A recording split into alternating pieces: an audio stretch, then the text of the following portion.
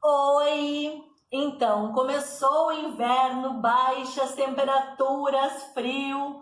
Lamentavelmente para mim sou team verão, mas enfim, vamos assim agora até setembro. Pelo menos nós temos um dia lindo e um solzinho aqui para nos aquecer e nos dar um pouquinho de ânimo. E esse é o assunto desse vídeo.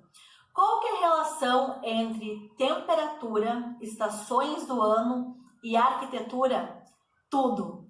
O meu nome é Clarissa Ganser e nesse vídeo eu vou dar dicas na hora de adquirir um imóvel ou alugar um apartamento ou até mesmo observar um projeto atentando-se aos condicionantes naturais, ou seja, ao sol e ao vento.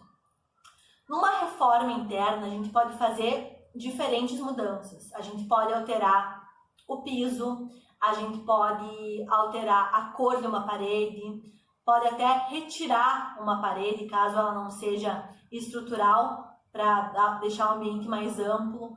A gente pode mudar os móveis de lugar, como eu já mostrei em alguns vídeos anteriores de reforma. Mas tem 3 fatores que eles são mais complexos de alterar, ou até mesmo imutáveis. São vizinhos, e os outros 2 são condicionantes naturais, ou seja, sol e vento. O sol, ele nasce no leste, vai mais pelo norte e se põe no oeste. Se vocês observarem, o sol do inverno, ele adentra mais no ambiente, porque ele é um sol mais baixinho. Já o sol do verão, como ele é mais alto, ele entra menos no ambiente. Então, na hora de escolher uma casa, um apartamento, observar um projeto, há que se atentar para a posição das aberturas, para onde que estão voltadas as janelas. Aí a gente tem uma carta solar de Passo Fundo, no Rio Grande do Sul, Brasil, que mostra o caminho que o sol faz em dias específicos e nos horários. A gente pode ver que o sol da manhã é o sol ideal.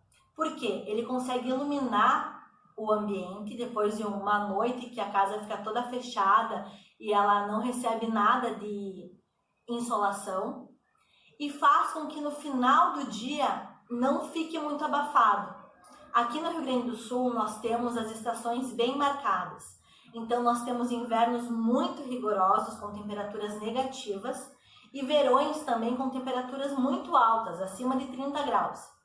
Então, se a posição solar das janelas, ela fica voltada, por exemplo, para o oeste, que é o sol da tarde, esse ambiente ele vai receber muito sol durante toda a tarde, e no final do dia, no verão, quando lá fora estiver mais fresquinho, dentro desse ambiente, há a possibilidade de estar muito abafado, especialmente se não tiver uma boa circulação de ar. Então, o sol, a posição solar leste-nordeste, que é o intermediário entre o norte e o leste, é a posição mais adequada. Aí a gente entra num assunto chamado inércia térmica. Inércia é a capacidade de algo se manter inerte, sem movimento, sem oscilação. Térmica tem relação com temperatura.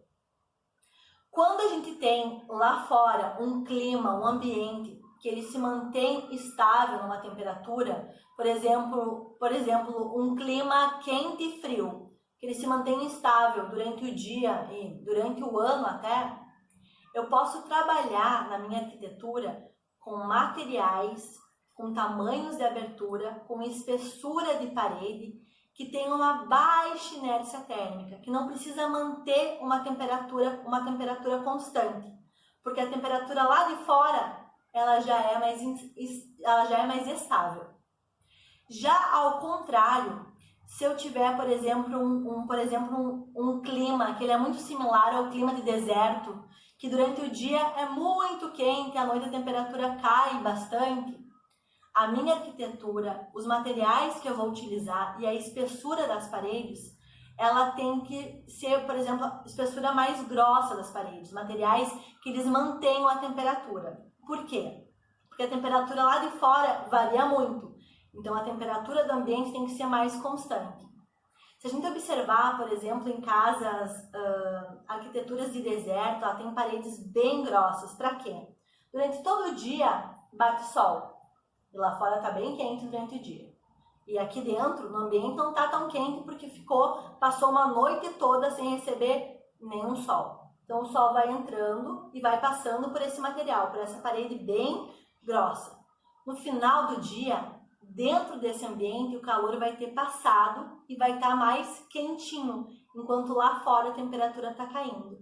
Então, quando a temperatura, o clima lá de fora oscilar muito, eu vou ter que trabalhar com materiais, com uma espessura maior, para que eu garanta uma alta inércia térmica nesse ambiente, que esse ambiente mantenha uma temperatura constante, já que lá fora varia muito.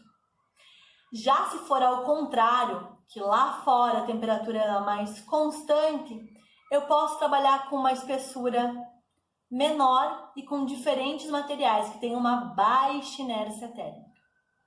A inércia térmica ela está voltada não só a materiais, a espessura, mas também as aberturas, a ventilação. E isso é outro ponto que vocês devem observar. Muitas vezes a gente não tem como saber se o vento ele vem do norte, no sul, se ele vai pegar direto nessa janela ou não. Então, algo simples de observar é que todos os cômodos sejam ventilados e que tenha uma ventilação cruzada. Ou seja, que as aberturas elas não sejam apenas numa direção do ambiente. Se eu tenho 4 paredes, eu tenho aberturas apenas de um lado, o vento ele vai entrar e vai sair, mas ele não vai circular por esse ambiente. Já se eu tenho uma abertura nesse sentido e uma abertura na outra parede oposta, o vento ele vai circular por esse ambiente. O mesmo acontece se eu tenho uma abertura num sentido aqui e numa outra parede perpendicular. O vento também vai circular. Aqui a gente tem, não dá para se dizer que é uma ventilação cruzada, porque elas são muito próximas. Mas seria um exemplo que eu tenho uma abertura nesse sentido, aqui, e eu tenho outra abertura no outro sentido, numa janela, numa parede perpendicular. Aquelas são muito próximas, então daria para dizer que é ventilação cruzada. Mas caso essa janela ela fosse mais longe dessa outra, seria uma ventilação cruzada, que garante que o vento realmente circule por esse ambiente, que areje esse ambiente, que retire possíveis odores, por exemplo.